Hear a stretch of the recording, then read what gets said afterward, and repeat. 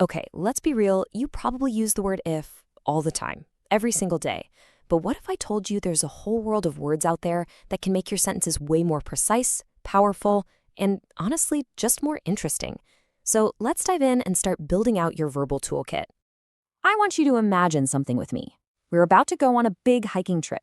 You've got your boots laced up, you've got your map, your waterproof jacket, you feel like you're totally prepared for anything. But here's the thing, to really navigate the twists and turns ahead, not just on the trail, but in any conversation, you're going to need more than just physical gear.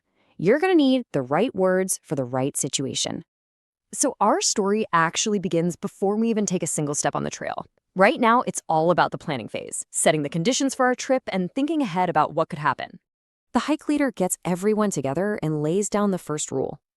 And I want you to notice that word, unless. It sets a really clear boundary for our whole adventure. And here's the key takeaway. Unless is basically a super efficient way of saying if not. We're going if the weather does not get much worse. It's clean, it's quick, and everybody knows exactly what it means. Then the leader keeps going, adding another condition. But listen to the tone this time. Provided that. It feels a little stricter, right? A bit more emphatic. It sounds like a condition that is absolutely non-negotiable. And this is a perfect example of how these phrases, provided that, as long as, they're kind of like if on steroids. They really emphasize that this one condition must be met for the result to happen. No wiggle room.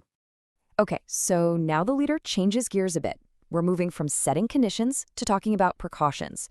This isn't about if you get lost. This is about getting prepared for the possibility that you might. See the difference? Now, this is a really important distinction, so let's break it down.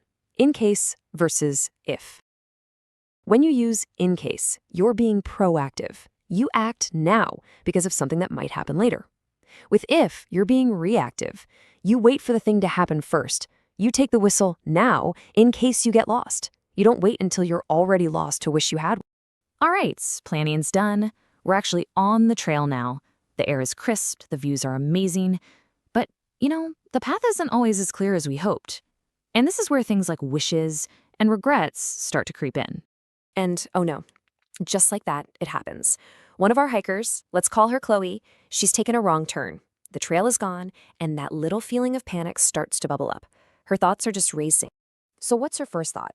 It's about her immediate problem right now. I wish I had a map. She doesn't have one in the present, so she's wishing for a different reality. And notice the grammar there. Wish plus the past simple. Had. Okay, let's be honest. She's probably not worried about a broken vase while she's lost in the woods, but this example is perfect for showing how we talk about past regrets. If only, which is really just a more intense version of I wish, gets paired with the past perfect. Hadn't broken. It's for those things in the past you just can't change. So all these feelings, these wishes and regrets, they might seem messy, but the grammar behind them is actually super logical. Let's lay it all out. For a wish about the present, use wish and the past simple. For a regret about something in the past, use wish and the past perfect. And when you're annoyed about something and want it to change, that's when you bring in would. It's a pretty neat system for all those big emotions. Meanwhile, back on the trail, the rest of the group hits a fork in the road. One path looks nice and easy, the other one is super steep. It's a moment of decision. And every choice, as we know, has a consequence. And of course, there are specific words we use to connect them. To get a feel for this, let's just step off the trail for a second and imagine someone saying this. That phrase, or else, is like a verbal warning sign. It creates this super direct link between an action, or maybe a lack of action, and a bad result. It's pure cause and effect. So yeah, otherwise and or else are your go-to words for giving strong advice or a clear warning. They both basically mean, hey, you should do this, because if you don't, this bad thing is definitely going to happen. Okay, now that we've seen these tools in our story, let's see if you can use them. All right, we've gone through the whole journey. You've seen all the tools in action. Now, it's your turn. Let's do a quick challenge to see what stuck with you. Ready? How would you rephrase this sentence using the word case? Really think about it. Are we preparing for a possibility, or are we waiting for a condition? Take a second. Boom, there it is. We arrived in good time in case the coach left. Perfect.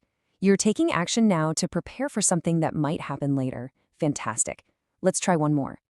Okay, here's the situation. You've got a clear instruction, start cooking, and a not so great consequence if you ignore it. How do you link them together using the word else? Yes, exactly. We need to start cooking or else the food won't be ready. You see how clear that warning is? You are totally getting the hang of this. And just like that, look how far we've come. From planning a trip, to dealing with regrets, to warning about consequences, you've gone way beyond just using if. You have this whole new set of verbal tools to express yourself with real precision. And that really brings us to the end, but I want to leave you with this one last thought. We've seen how powerful our words are for expressing conditions and wishes. So, my question for you is, what will you use these words for? What new possibility will you prepare for, or what new future will you wish into being?